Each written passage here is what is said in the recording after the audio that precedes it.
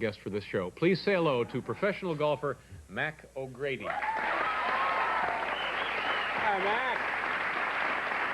Nice to see you. Have a seat, sir. Well, we want to mention the current controversy in a few minutes, but I think we can get a little background on your life and your career. I first knew about you in 1984. There was a very lengthy article about you in Sports Illustrated, and it highlighted some of the interesting facts about your career, your life, and so forth. You hold a PGA record, don't you? Yeah, it's a record for going through the qualifying school to get on the tour. I tried for about 11 or 12 years, and I tried about 17 times. 17 times. This would enable you to get a card to compete on the PGA. Right. Yeah. And why did you keep after it? I mean, after 1 or 2 times, a lot of people probably would have given up.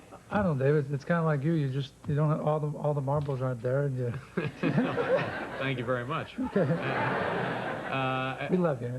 But you always wanted to be a professional golfer, so you stuck with it. Yeah, I saw a movie when I was about 8 years old, the Jim Thorpe movie, and it really laid some really indelible impressions upon me. And I just want to be a professional athlete. That's all I ever wanted. Now, how did you support yourself when you were trying to qualify for the tour? Many different odd jobs. Worked in the mortuaries. What did you do in a mortuary? Why did you have to bring this up? If he puts his hand on my knee one more time, you know what to do. What did you do in the mortuary? Oh, at night, I would go pick up the dearly departed who had died, and did little unusual things like that. You actually used to sleep in the holding room, right? With the No, not quite. The room above them, and it was quite an experience. And it gave you a better perspective on what it was like to be on the yes, sir. Yeah, and at one point you lived in a crate. It was next door to your house.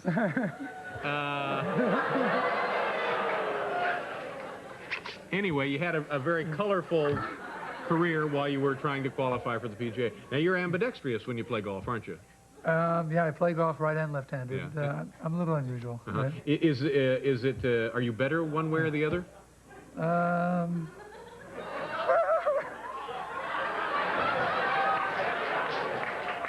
This is interesting.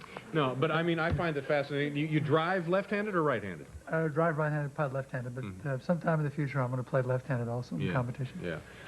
Okay. Now, are you a good golfer? Do you consider yourself to be a talented player? Yeah, it's really interesting. I'm one of those late matures and developer. I was 20 years old. I was a young prodigy with good talent, and here I find myself now, age 35, developing into a virtuoso stage. And I don't want to sound too arrogant if I make this comment, but it's nice to be very talented at something. You dreamed about it, and I find myself being very close to winning some tournaments. Do you get along well with the other players on the tour? I have until this recent suspension came up. Well, let's talk about that now. It started where? At a tournament in New Orleans? Yeah, I was accused of insulting a volunteer worker. These people come out and they work weeks and weeks and weeks preparing for the tournament, and then they work on the days of the various rounds. Okay, and what supposedly happened? I was accused of insulting the woman, using a name to describe her. They said you called her a name. Right. Yeah. Now, did you call this woman a name? Did not. Absolutely did not. Then how do they have the information that you called her a name? The woman filed a report with the PGA Tour office. I received a letter from our commissioner, and he sent me a letter saying that to respond what happened, I did, and he fined me $1,000 and put me on a year's probation. And I don't know that it's important what they say you called her, but it's something that somebody shouldn't have called somebody, and there's but you didn't call her that. If I'd done it, I would have. If they wanted to fine me for that, I would have paid the money, but I didn't call her. Okay, so you're being now charged with something you didn't do. Right. Okay, so now what happens? Well, after the end of the year, I told the commissioner I would not pay the fine. This is Deane Beman? Deane Beman, Commissioner of the PGA. Right. Yeah. Told him I would not pay the fine. At the end of the year, he took the money right out of my earnings.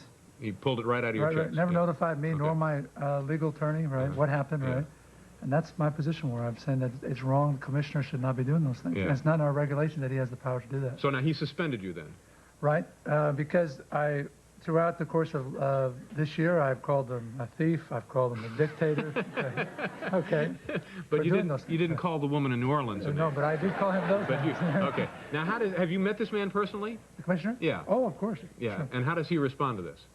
Well, I'm a lover of life. I love people, and I've had my arm around him, but he's a vindictive, abrasive, and calloused man that is bent on suspending me just like he has with Seve Ballesteros. Oh, so you think there has been no due process of law here? Not at all. It's been arbitrary. Arbitrary, Yeah. totally. And so it's being appealed. You're presently not playing, or you can No, it's being appealed. I have another 30 to maybe 40 days, and then... you can play during the appeal. Right. Yeah. So what's the next tournament you're going to be in?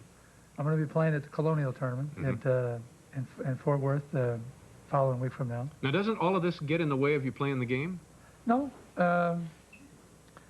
There's a time and place for everything, and I love the game of golf. I can separate my professional career from my private career, but you know, David, what I'm basically just defending is my right of freedom of expression in this country. You feel like you're a citizen of this country first and a member of the PGA section. That's right. Okay.